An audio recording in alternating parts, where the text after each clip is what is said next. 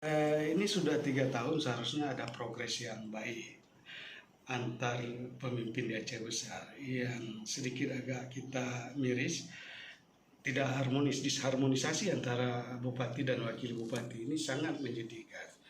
Mereka tidak ada masalah, tapi dampaknya ke masyarakat. Masyarakat mengharapkan kepastian pembangunan dengan harmonisnya pimpinan ini yang lebih baik.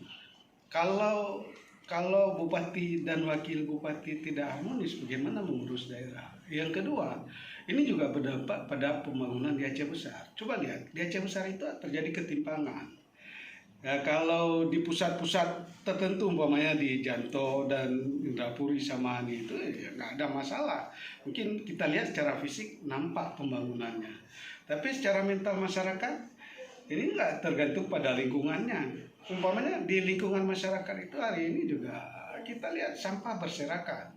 Jadi dampak pembangunan ada AMDA, efek sampah dan juga penggunaan sumber daya alam di Aceh Besar ini juga faktor yang seharusnya mampu mendukung pembangunan Aceh Besar yang lebih baik selama tiga tahun yang lalu sampai dengan hari ini.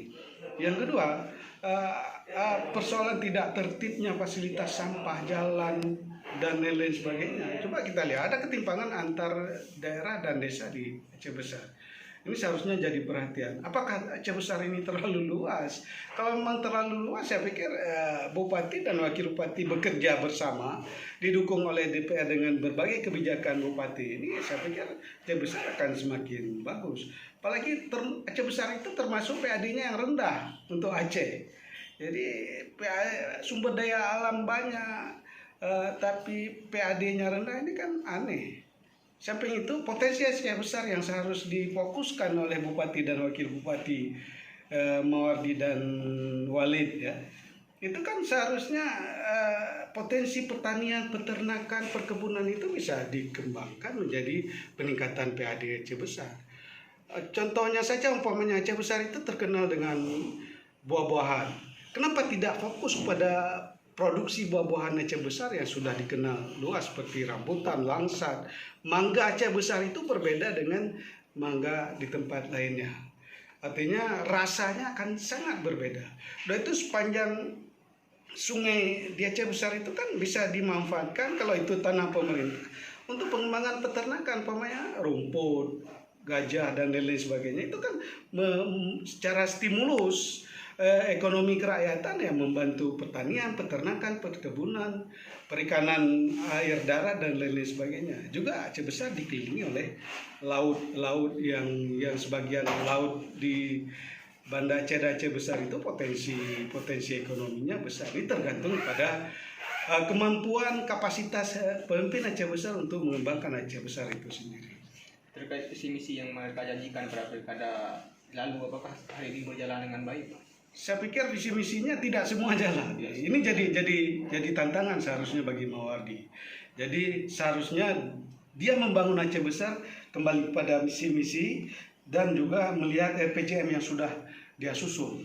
Ini kan kerja tim. Jadi jangan seolah-olah Mawardi jalan sendiri, wakil jalan sendiri, DPR jalan sendiri, SKPK juga jalan sendiri. Ini tidak harmonis dan tidak elok bagi sebuah pembangunan daerah, apalagi Aceh Besar ini kan sebagai penyangga ibu kota Banda Aceh, ibu kota provinsi Banda Aceh. Jadi Aceh Besar itu sebagai daerah penyangga ibu kota provinsi seharusnya banyak hal-hal yang produktif dan kreatif bisa dikembangkan.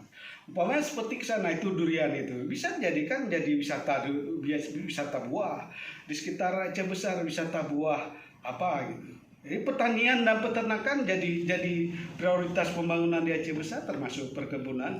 Jadi sektor real dan base activity masyarakat itu seharusnya harus dipikirkan oleh Mawardi secara efektif. Jadi kalaupun nanti menyusun anggaran belanja untuk tahun yang akan datang 2021 juga tetap memperhatikan visi misi dan RPJM-nya. Jangan melenceng. Kalau melenceng nanti nggak memenuhi target. Jadi artinya terukur. Apa yang dilakukan oleh bupati dan wakil bupati Aceh Besar itu harus terukur. Jadi indikator keberhasilan pembangunan di Aceh Besar itu akan nampak baik secara kuantitatif, kualitatif. pola pikir masyarakat, mental masyarakat, dan lain-lain sebagainya akan mendukung itu semua, dan Mawardi bisa jadi lebih baik dan sukses secara politik gitu. Gambaran bahwa Mawardi tidak melibatkan semua stakeholder dan pihak untuk membangun Aceh besar. Ya, wakil harus dilibatkan, DPR semua unsur, semua partai politik harus dilibatkan. Mawardi itu bukan milik satu partai atau golongan. Mawardi hari ini adalah milik pemimpin, milik masyarakat Aceh besar. Jadi pemimpin Aceh besar dia. Jangan ada eksklusivitas dari Mawardi seolah-olah saya harus dengan si Fulan, harus dengan si Fulan. Ini nggak berhasil kepemimpinannya. Dan apalagi tantangan Aceh besar ke depan juga semakin berat ya, di samping beberapa tantangan ekonomi pasca pandemi ini juga makin banyak. Seharusnya akademisi dilibatkan, LSM dilibatkan, media dilibatkan, semua pihak dilibatkan, itu baru bisa menunjukkan Aceh besar itu akan semakin bagus dan berhasil dalam pembangunannya.